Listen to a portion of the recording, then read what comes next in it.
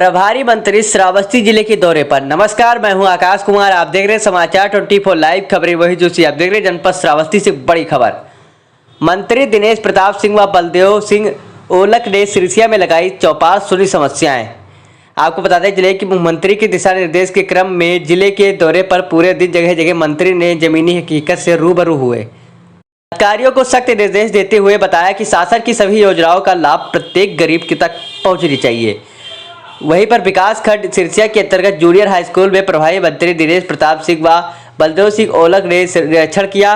सिरसिया प्रधान इंदु सिंह द्वारा मंत्री दिनेश प्रताप सिंह व बलदेव सिंह ओलक को पुष्प गुच्छ देकर स्वागत अभिनंदन किया, जिसके बाद विद्यालय में ही स्थापित कक्षा 6 से 8 तक चल रहे स्मार्ट क्लास का मंत्री ने लिया जायजा तथा छात्र छात्राओं से मिलकर उनका कुशलक्षेम भी जाना और बेहतर पढ़ाई कर अपना भविष्य संवारने हेतु प्रेरित भी किया गया। मंत्री ने विद्यालय के छात्र छात्राओं को स्कूल बैग एवं पाठ्य पुस्तक का भी वितरण किया, जिसे पाकर छात्र छात्राओं के चेहरे खिल उठे। इस दौरान मंत्री ने विद्यालय में ही आयोजित चौपाल में भी प्रतिभाग किया तथा गर्भवती महिलाओं को गोद भराई की गई और विभिन्न विभागों द्वारा लगाई गई स्टॉल का अवलोकन किया। आयोजित चौपाल में मंत्री ने लोगों की समस्याओं को सुना और संबंधित अधिकारियों को निराकरण हेतु निर्देशित किया। इसी के साथ मंत्री ने विद्यालय परिसर में वृक्षारोपण किया तथा सिरसिया में बने पुराने अस्पताल के कैंपस में ही पाइप पेयजल योजना का शुभारंभ मंत्री बलदेव सिंह ने किया और कहा कि प्रदेश सरकार द्वारा चलाई जा रही महत्वाकांक्षी योजना जल जीवन मिशन के अंतर्गत पाइप पेयजल योजना का आज शुभारंभ किया गया है, जिसे निश्चित ही जन जन को पीने योग्य स्वच्छ पेयजल मुहैया हो सकेगा।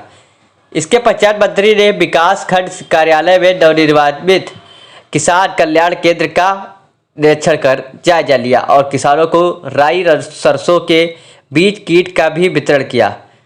इस अवसर पर जिला पंचायत अध्यक्ष तंदन मिश्रा, विधायक रामपेरण पांडे, जिला अधिकारी नेहा प्रकाश, जिला प्रभारी भाजपा राहुल राज रस्तोगी, जिला अध्यक्ष महेश मिश्रा, उप जिलाधिकारी प्रवेश कुमार, बीडीओ सिरसिया राम बरन, प्रधान प्रतिनिधि सुनील सिंह, ब्लॉक प्रमुख अमित सिंह, प्रधानाध्यापक अयोध्या प्रसाद राणा, दीपक केसरवानी सहित अन्य जनप्रतिनिधियों ने एवं संबंधित अधिकारियों उपस्थित रहे।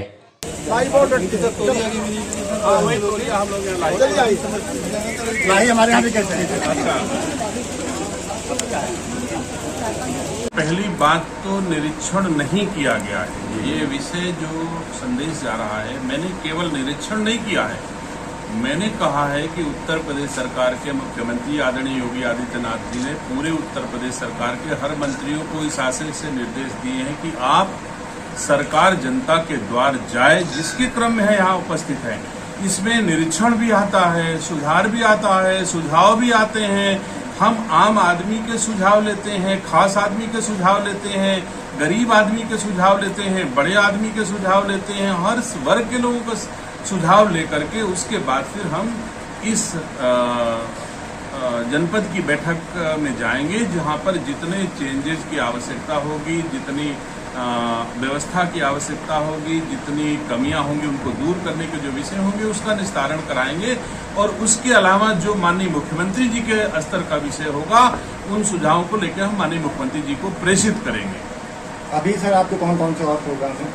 मेरे बहुत सारे कार्यक्रम हैं, शुरू से आखिरी तक लगे हुए हैं। अब से रात तक के सभी कार्यक्रम हैं।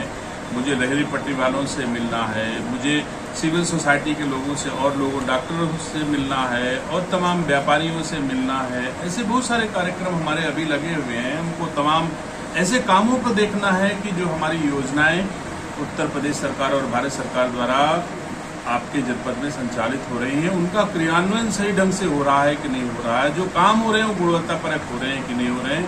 जनता ने जिस आशा विश्वास के साथ हमको 37 वर्षों बाद दोबारा कोई मुख्यमंत्री बनाया है, उस कसौटी पर हम खड़े हैं कि नहीं खड़े, इन तमाम चीजों का अध्ययन भी हम कर रहे हैं, हम लोगों के सुझाव भी ले रहे हैं और जहां कमियां पाते हैं वहां दुरुस्त। बिजली की बड़ी अघोषित कटौती होती है, इस पर सरकारी अमला ध्यान नहीं दे रहा। सबसे देखिए, हम इस बात से सहमत हैं कि विद्युत की समस्या अचानक बढ़ गई है। नहीं बढ़ना चाहिए, हमको सबको बिजली देना चाहिए, सरकार का दायित्व है। लेकिन ये भी सच्चाई है कि इसी महीने में पिछले साल 11,000 मेगावाट बिजली की जरूरत थी और आज 27,000 मेगावाट की जरूरत हमको पड़ गई है।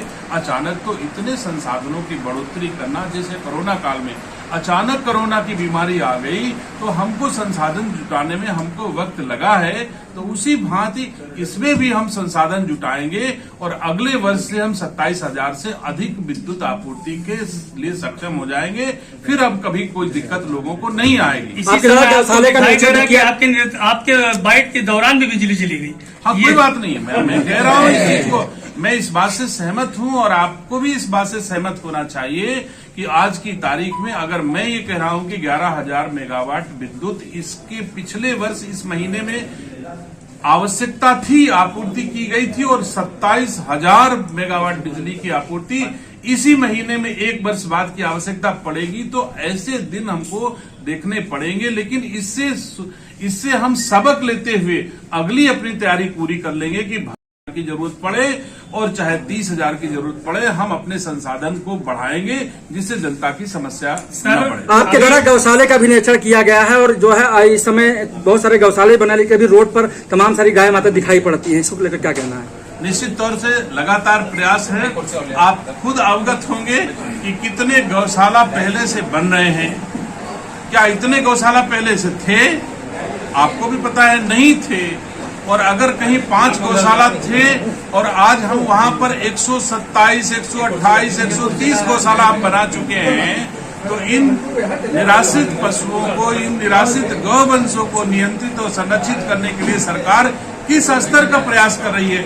5 से 125 गौशाला, जिस जनपद में 5 गौशाला कांजी हाउस जनपदों के होते थे, उनके स्थान पर अगर 125 गौशाला का निर्माण करा दी है सरकार ने, तो निसंदेह सरकार किसानों को निराश्रित गौवंशों से राहत दिलाने के लिए हर संभव प्रयास कर रही है और हम सफल होंगे। जनपद बारिश से प्रभावित रहा है, इस विषय में क्या कहना चाहेंगे? फसलें बड़ी प्रभावित रही हैं। ये देखिए, बारिश और सूखा दोनों सरकार के नियंत्रणाधीन नहीं है।